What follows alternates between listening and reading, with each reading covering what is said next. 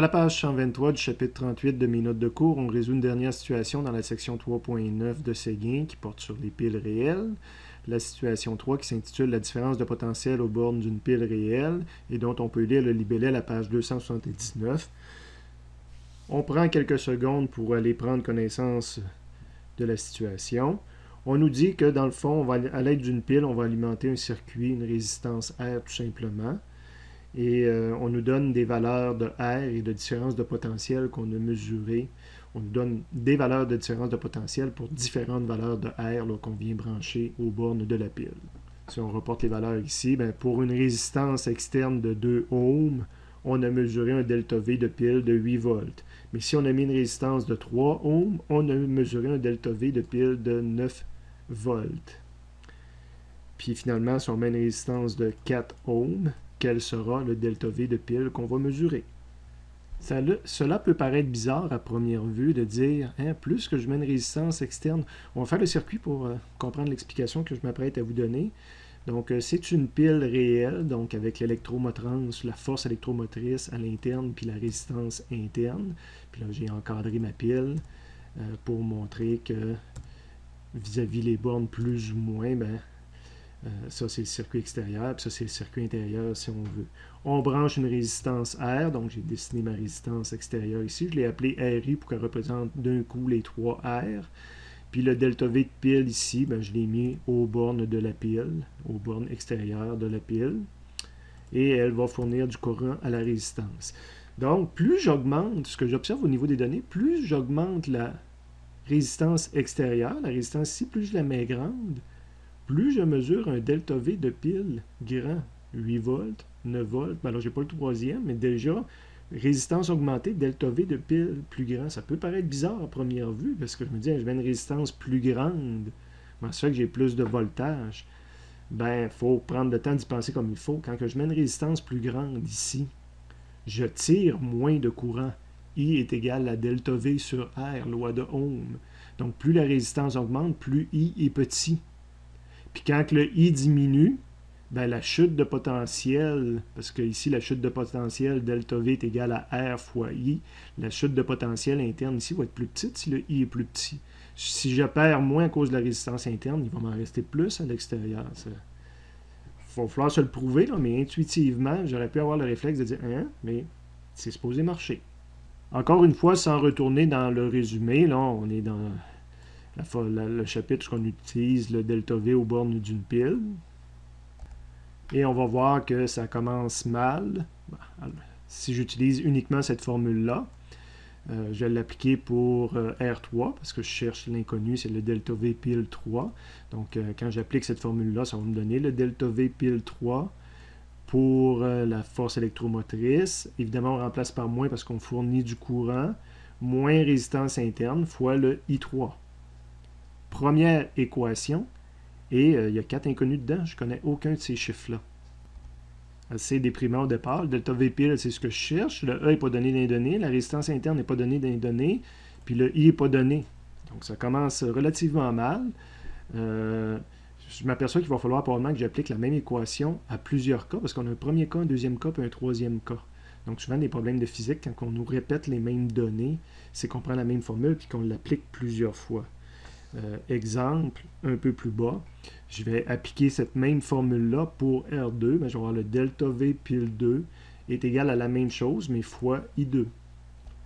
Et si je remplace mes chiffres, le delta V pile 2, lui, est connu, 9. Le E est toujours pas connu, moins résistance interne pas connue, moins I2. Donc, j'ai une deuxième équation avant de décacher. La deuxième partie, je vais attendre, puisque je le fais d'un ordre un peu différent qui était imprimé initialement. Mais on s'aperçoit que j'ai une deuxième équation, mais que j'ai rajouté un autre inconnu. Fait que j'ai 2 équations, 5 inconnus.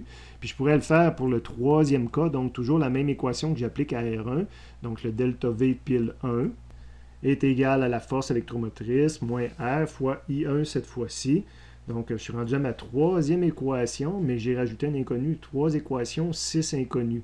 Ce qui implique évidemment que c'est pas suffisant. C'est vrai, je n'avais pas regardé qu'est-ce que je connaissais. Le delta VP de pile est 8. Le E toujours pas connu. Résistance interne toujours pas connue. Donc, c'était ma troisième équation que je listais, là, mais je suis à 6 inconnus. Ça va me prendre un autre outil. Je vais prendre la loi de Maille de Kirchhoff. J'aurais pu aussi prendre la loi de Ohm, qui aurait été possible d'utiliser. Donc, c'était ma deuxième, parce que l'expérience qui embarquait, je savais pour ce genre de problème-là que j'allais me retrouver avec beaucoup d'inconnus. Donc, j'avais déjà prévu que j'allais utiliser autre chose. Donc là, je vais faire la loi des mailles dans le cas où je suis pour la résistance 3. Donc, c'est toujours le même circuit. Je pars d'en bas, je vais faire une maille avec, mais pour les 3 cas qu'on a ici. Donc, je vais avoir plus E, plus la force électromotrice, moins ce que je perds dans la résistance interne fois I3, moins ce que je perds dans la résistance extérieure fois I3 est égal à 0. Je regarde qu'est-ce qui est connu là-dedans. Inconnu, inconnu, inconnu. Le 4, ohm qui est ici, fois I3 est égal à 0. Fait qu'officiellement, ça c'était ma deuxième équation, mais j'ai pas, par rapport à la première de tout à l'heure, j'ai pas introduit de nouvelles inconnues. Donc j'ai 2 équations à 4 inconnues. Je fais la même chose maintenant, la loi des mailles pour R2. Donc avant de la faire officiellement, je vais faire... Normalement, j'aurais décaché ça, ça aurait été ma troisième équation. Puis là, je rajoutais I2 qui était nouveau. Donc, troisième équation, 5 inconnus. Je fais la loi des mailles. Donc, je refais la même maille que tout à l'heure. Je vais réécrire pratiquement la même chose qu'ici, mais ça va être I2 puis R2. Donc, j'augmente mon potentiel. J'en perds dans la résistance interne fois I2. J'en perds dans la résistance externe fois I2 est égal à 0. Je remplace mes chiffres. Le 1 est inconnu, résistance interne inconnue. Mais là, j'ai moins le 3, c'est ma résistance que j'ai ici. Est égal à 0. Donc, c'est ma quatrième équation avec 5 inconnus. Je n'ai pas augmenté mon nombre d'inconnus. Après ça, j'aurais fait la pile pour R1. Ça aurait été ma cinquième équation dans une seconde. Donc ici, ça aurait été ma cinquième équation. Puis là, ça faisait apparaître I1, donc une sixième inconnue. La loi des mailles. Donc j'augmente de E. Je perds la résistance interne fois le I1 maintenant. Je perds le R1 fois le I1. Puis je suis égal à 0 en bout de ligne. Je regarde qu'est-ce qui est connu là-dedans. Ben, j'ai ma force électromotrice, moins R1 fois I1, moins le R1 est connu, c'est le 2 ohms, si on ira voir dans les données en haut, fois I1. Donc, j'ai 6 équations à 6 inconnues. D'un point de vue physique, c'est solutionnable. Ces 6 équations-là à 6 inconnues, soit je les résous mathématiquement, c'est fait sur la prochaine page, la page 124, ou soit j'utilise une calculatrice, puis je programme les 6 équations que j'ai identifiées là dans une calculatrice, puis elle va me fournir la réponse. Les carreaux que j'ai resté cachés, parce qu'il y aurait eu c'est parce qu'il y aurait eu une façon de le résoudre un petit peu plus rapidement dans la calculatrice scientifique. C'est de s'apercevoir que j'ai toujours écrit la même chose ici, dans le premier terme, là, par exemple ici. Donc les 3 fois que j'ai écrit delta V pile, là, le terme que j'ai écrit ici, on le retrouve toujours ici de ce côté-là, là, pour la deuxième série d'équations. Donc au lieu de réécrire ça dans ma calculatrice, ce terme-là, je pourrais le remplacer par delta V pile 3. Ces deux termes-là pris ensemble, ben, l'équation ici dit que c'est égal à delta V pile 3. Donc j'aurais pu réécrire le même genre d'équation, mais utiliser delta V pile 3 à la place. Okay. Puis même chose ici, le terme que je retrouve ici, je le retrouve ici.